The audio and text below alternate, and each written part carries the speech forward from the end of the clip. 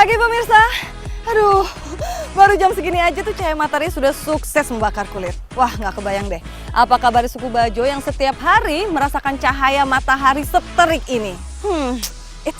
Tapi ngomong-ngomong katanya nih, mereka punya ramuan yang cocok untuk kulit dan pastinya melindungi kulit dari sengatan matahari. Wah, kira-kira apa ya?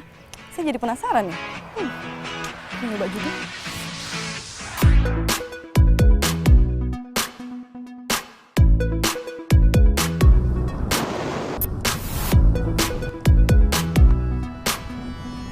Selamat datang di rumah suku Bajo Mola Wakatobi. Suku laut yang merupakan pendatang dari Kalidupa, yaitu sebuah pulau yang juga merupakan bagian dari Kabupaten Wakatobi, Sulawesi Tenggara ini, punya sederet keistimewaan tradisi, budaya, hingga potensi alamnya. Seperti yang satu ini pemirsa, rahasia di balik kekuatan kulit wanita Bajo. Kalau di kota-kota besar, perawatan kulit biasanya identik menggunakan masker dan lulur. Lain halnya dengan warga Bajo Mola. Para wanita Bajo lebih mengandalkan campuran beras dengan kunyit atau daun mangkok untuk menjaga kesehatan kulit. Selain karena bahan yang mudah didapat, wanita Bajo sadar hanya resep turun-temurun inilah yang paling ampuh sebagai penangkal cuaca panas di laut. Cara membuatnya pun sangat praktis ya, meski masih menggunakan metode tradisional.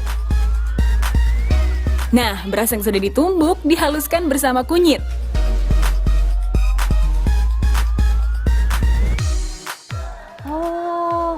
Lagi mau buat apa ini? Bedak pupur. Bedak pupur itu ya? Oh. Melihat bedak pupur ini saya jadi teringat akan salah satu film Indonesia yang mengangkat tentang kehidupan suku Bajo di Wakatobi. Terutama nih ada salah satu pemerannya yang tidak pernah absen menggunakan bedak pupur seperti ini. Ini dia filmnya. Aku ingat, bapakku selalu mendongeng sampai aku tertidur.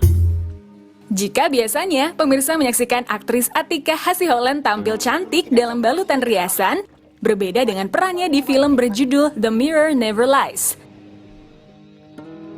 Hampir sebagian besar adegan di film yang berdurasi 100 menit ini, istri Rio Dewanto menutupi wajahnya dengan pupur. Apapun bisa terjadi sama bapakmu.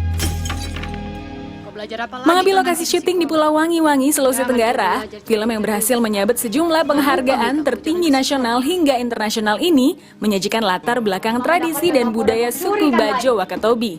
Tapi bapak bilang ikan yang masih kecil tak boleh dimakan, Mak.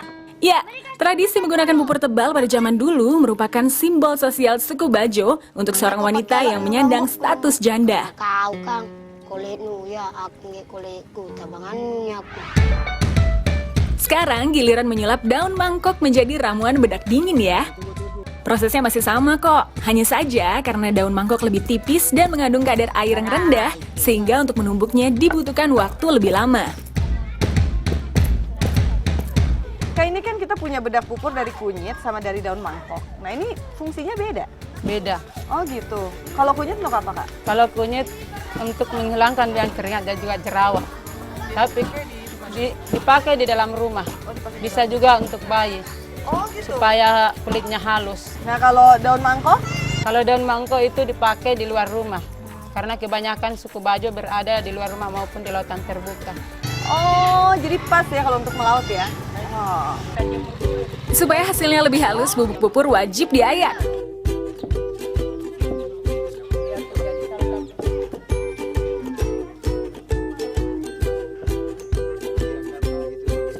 Hasil ayakan kemudian dibasahi. Proses ini untuk memudahkan dalam membentuk pupur menjadi bola-bola kecil.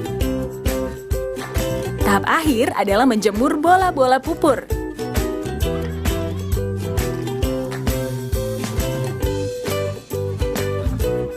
Satu, dua, tiga. Oh, tiganya cukup nih? Ya cukup banget. Oke. Berhubung saya mau melaut nih, jadi perlu persiapan amunisi supaya terhindar dari paparan sinar matahari. Jadi 3 aja ya Kak ya? Oke. Makasih Kak. Mari Bu. Cara memakai pupur simpel saja. Cukup tuang sedikit air, pupur pun mudah dilumatkan. Selain dibalurkan pada wajah, bagian leher dan tangan jangan sampai terlewat ya.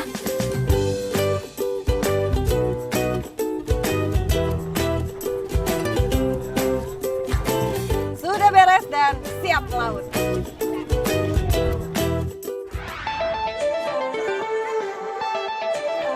Terlahir sebagai suku laut, membuat sebagian besar warga yang bermukim di Desa Mola, Kecamatan Wangi-Wangi Selatan, Wakatobi ini masih menyandarkan hidup pada hasil laut hingga sekarang. Namun maraknya penangkapan ikan menggunakan bius dan bom yang berujung pada kerusakan lingkungan tak jarang menyeret nelayan tradisional sebagai pihak yang disalahkan. Demi mematahkan stigma ini, lahirlah kelompok nelayan ramah lingkungan yakni Kedo-Kedo yang digawangi oleh Pak Hartono. Memancing dengan kedo-kedo juga menjadi salah satu solusi sehat untuk para nelayan yang masih menggunakan cara klasik. Nelayan di sini semuanya sudah pakai cara seperti ini, kedo-kedo? Belum, hanya separuh saja. Kebanyakan dia pakai mancing ngintip-ngintip. Apa?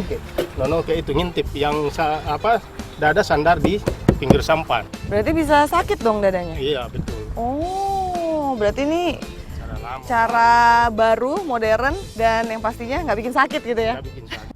Kata kedo-kedo sebenarnya berasal dari nama alat tangkap ikan yang sudah dikenal sejak tahun 70-an. Bedanya, jika dulu umpannya terbuat dari serbuk kelapa, sekarang menggunakan umpan dari kain sutra. Setelah dibuat berbentuk rumbai-rumbai, umpan kain sutra kemudian dikaitkan pada mata pancing yang terlebih dahulu sudah diikat pada tali senar. Wow, ini dia. Umpannya memang sengaja diberikan warna-warni supaya untuk menarik perhatian ikan. Saya ingin tahu seberapa ampuhnya umpan ini. Langsung saja kita lempar ya Pak ya. Setelah umpan dilempar, giliran mengukur panjang tali senar. Cara mengukurnya pun masih mengikuti gaya lama alias menggunakan cara manual. Jika sudah mendapatkan panjang sekitar 5 depa atau setara 8 meter, tali senar masih harus disambungkan lagi ke kawat. Kalau untuk kawat, ukurannya nggak tanggung-tanggung, mencapai hingga 90 meter. Wah, jadi semakin penasaran nih, kira-kira ikan apa ya yang akan menjadi target perburuan?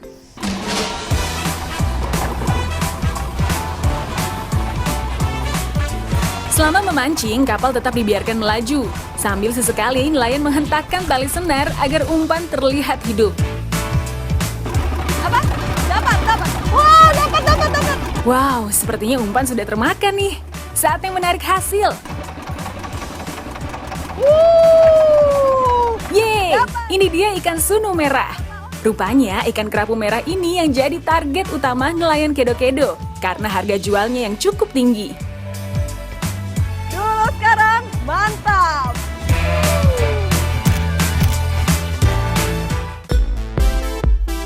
Hasil tangkapan kemudian dibawa ke perusahaan untuk langsung dipilih dan ditimbang. Hanya ikan yang berbobot 5 ons ke atas lah yang layak untuk dijual. Pemberlakuan standar ini bukan tanpa alasan loh, karena ikan dengan ukuran tersebut dinilai sudah pasti pernah melahirkan. Per kilogramnya, ikan sunu merah dihargai sebesar 300 hingga 350 ribu rupiah. Wow, cukup tinggi kan harganya? Jika sekarang nelayan lebih memilih menjual hasil tangkapan langsung ke perusahaan, itu karena dulu saat menjual ke pengumpul, sunu merah hanya dihargai 150 ribu rupiah per kilogram. Jika dulu transaksi dilakukan langsung dengan memberikan uang cash, sekarang sudah bukan zamannya lagi. Dengan adanya barcode pada kartu keanggotaan, uang hasil penjualan bisa secara otomatis ditransfer ke rekening nelayan. Canggih kan?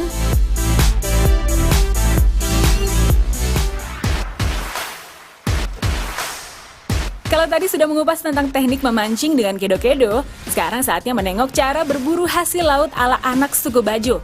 Eits, tapi sebelum terjun bebas, disiapin dulu ya alatnya. Pemirsa dulu sekarang, beginilah jadinya kalau jiwa sudah terlanjur menyatu dengan laut. Sampai-sampai batang kayu saja bisa disulap menjadi peralatan mancing. Mulai dari panah tradisional hingga kacamata renang. Ya, di sini kacamata renangnya diproduksi dari batang kayu. Proses ini terbilang rumit loh, karena selain keahlian, dibutuhkan pula konsentrasi tingkat tinggi untuk melakukannya. Tanpa sketsa maupun alat ukur tertentu, jari jemari lihai pengrajin berusia 71 tahun ini sukses menyulap kayu menjadi bentuk kacamata. Karena kerajinan yang dihasilkan bersentuhan langsung dengan air laut, maka kayu yang dipilih harus yang kualitas nomor wahid. Seperti kayu kalimpapa yang didatangkan langsung dari Pulau Buton, Sulawesi Tenggara ini. Kayu ini tak perlu diragukan lagi kekuatannya. Karena di Pulau Buton, kayu ini biasa digunakan untuk membuat perahu. Jadi terjamin ya. Nah, setelah kayu sudah berbentuk kacamata renang, saatnya menghaluskan badan kayu. Proses ini penting loh, karena kalau sampai kurang halus, bisa-bisa malah membahayakan kulit saat memakainya. Setelah menempelkan kaca, saatnya menyambungkan kedua sisi kacamata. Untuk bagian depan, pengrajin mengandalkan tali senar. Sedangkan bagian belakang dipilih bahan yang lentur seperti karet ban agar mudah dipakai.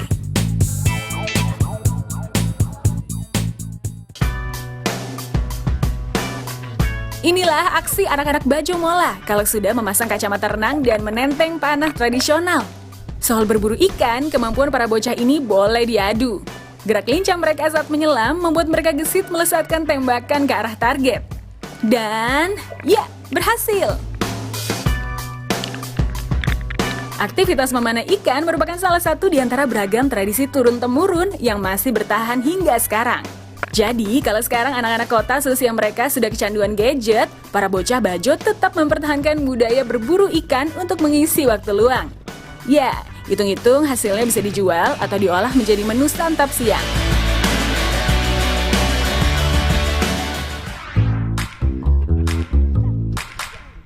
Selain ikan, perairan Wangi-Wangi juga masih punya beragam satwa laut. Kali ini targetnya adalah jenis hewan yang bercangkang. Hewan-hewan ini dicari karena menjadi konsumsi sehari-hari warga Bajo Mola dari dulu hingga sekarang.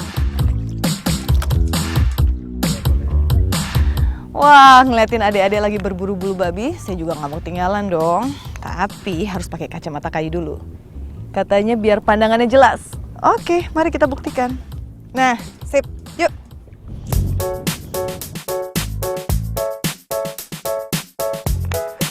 Jika ingin berburu bulu babi, maka bangunlah pagi-pagi atau melaut di sore hari. Karena di waktu inilah kondisi air laut mulai surut. Momen seperti ini yang dimanfaatkan anak-anak suku Bajo untuk mengumpulkan kakumba sebanyak-banyaknya. Gak tanggung-tanggung loh, mereka sampai rela membawa baskom berukuran jumbo ke laut.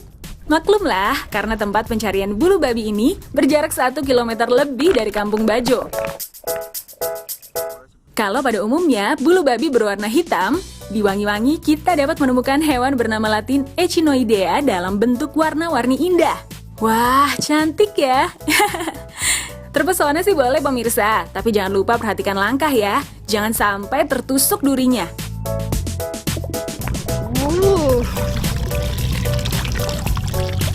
Nah, kalau nangkep yang ini sih, ditaruh di telapak tangan tuh nggak apa-apa. Paling cuma geli-geli gitu kayak dipijit. Tapi nih, ada satu yang lebih serem. Namanya duri babi. Jadi kalau kena, salah-salah bisa kena racunnya. Racun sementara kata orang Bajo. Ini aja udah. Tak hanya bulu babi, di perairan Pulau Wangi-Wangi juga bisa ditemukan babadoh. Hewan laut bercangkang ini merupakan salah satu perburuan favorit anak-anak suku Bajo. Dagingnya yang kenyal dan manis menjadi alasan babadoh selalu laris di pasaran. Sudah banyak ya?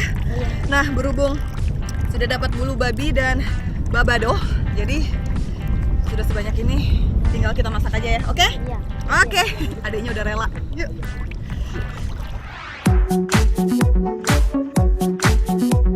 Nah pemirsa, kita akan diajak untuk menengok olahan kakumba dan babadoh khas Bajo Mola. Keduanya sangat spesial loh, karena merupakan resep turun-temurun yang masih dipertahankan hingga sekarang. Berhubung kakumba dan babadohnya masih fresh from the sea, jadi dijamin dagingnya sudah pasti manis dan lezat. Alhasil nggak perlu repot-repot untuk memasaknya.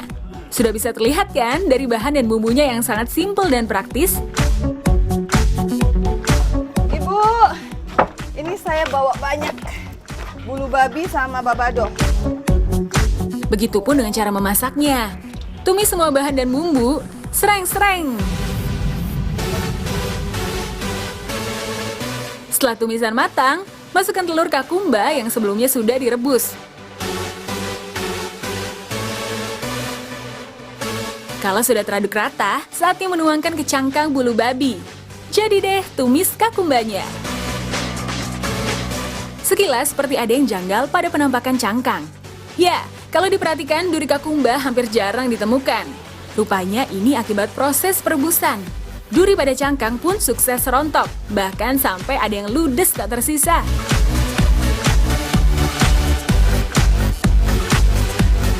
Kalau menggunakan kakumba alias bulu babi masih menggunakan peralatan masak, beda halnya dengan babadoh. Dari dulu hingga sekarang, untuk membuat loar babadoh cukup menggunakan alat tumbuk tradisional. Sebagai pembuka, kelapa parut yang sudah disangrai ditumbuk hingga setengah halus. Dilanjutkan dengan menumbuk 3 siung bawang. Kemudian tambahkan bumbu seperti garam dan lada bubuk.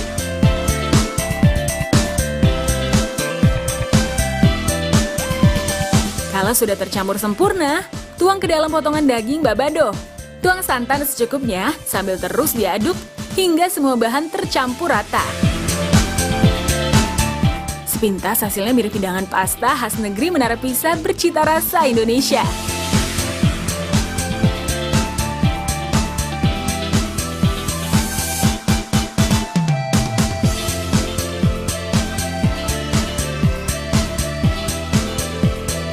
Menikmati sajian khas suku Bajo Mola memang belum lengkap tanpa kehadiran makanan pokok yang satu ini.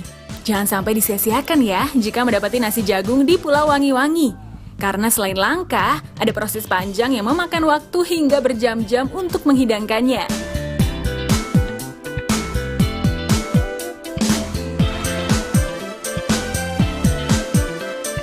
Nah pemirsa, belum selesai nih memotret kebiasaan unik ala anak suku Bajo. Masih ada keseruan lain yang akan dihadirkan. Jadi jangan kemana-mana dulu ya, tetap di Dulu Sekarang.